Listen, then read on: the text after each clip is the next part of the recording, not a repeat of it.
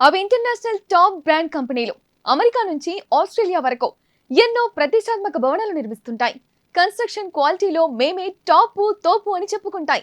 ఆ ప్రచారాన్ని నమ్మి ప్రభుత్వాలు వాటికి వందల కోట్ల పనులు అప్పగిస్తుంటాయి.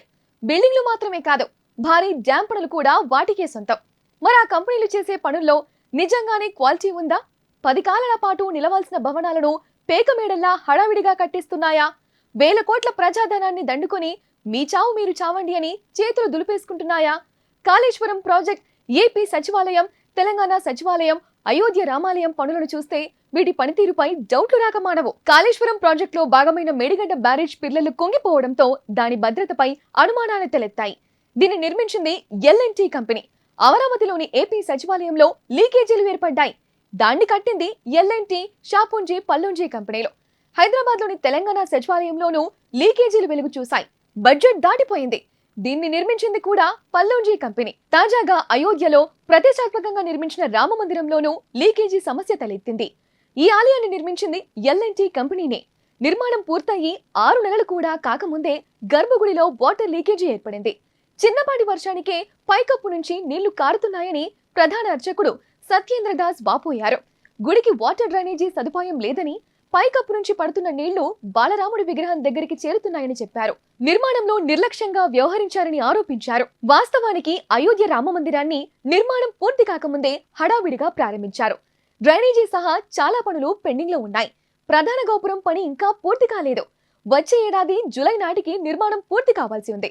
అయితే వర్షాలు, భక్తుల రద్దీ వంటి కారణాలతో గడువులోగా సాధ్యం కాని పరిస్థితి. వర్షాకాల సీజన్ కావడంతో లీకేజీ సమస్య వేధిస్తోంది. పైకప్పు నుంచి కురుస్తున్న నీళ్లు స్వామి విగ్రహానికి ఎదురుగా పూజారి కూర్చునే ప్రదేశానికి చేరుకున్నాయి. L&T కంపెనీ ఈ ఆలయాన్ని ఉచితంగా నిర్మిస్తోంది. ప్రాజెక్ట్ వ్యయం దాదాపు 2000 కోట్లు. ఉత్తర భారత నాగర వాస్తు శైలిలో కాంక్రీట్, ఇనుము వాడకుండా ఈ గుడిని కడుతున్నారు. మన దేశంలో వేళ్ల ఏళ్ల కింద నిర్మించిన ఆలయాలు ఇప్పటికీ చెక్కు చెదరలేదు.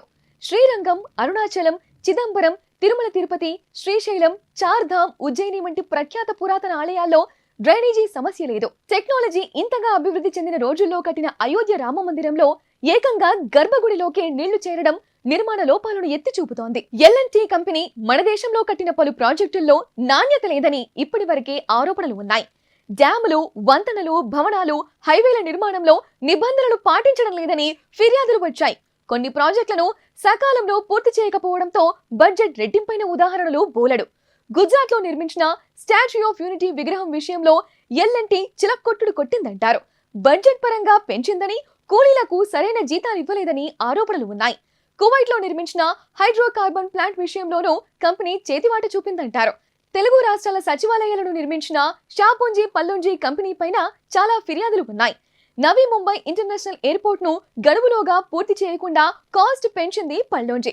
ముంబై, కోల్కతా మెట్రో రైల్ ప్రాజెక్టులోనూ నిబంధనలు పాటించకుండా డిలే చేసింది. ఈ పేరు గొప్ప కంపెనీలపై ఎన్నో ఫిర్యాదులు ఉన్నా బ్రాండ్ వాల్యూ చూసి కాంట్రాక్టులు కట్టబెడుతున్నారు. కాంట్రాక్టుల వెనుక డబ్బులు చేతులు మారుతుంటాయని, సమస్యలు వస్తే పెద్దల అండదండలు పుష్కలంగా ఉంటాయని అందరికీ తెలిసిందే. కానీ అయోధ్య అలాంటి కాంట్రాక్ట్ కాదు.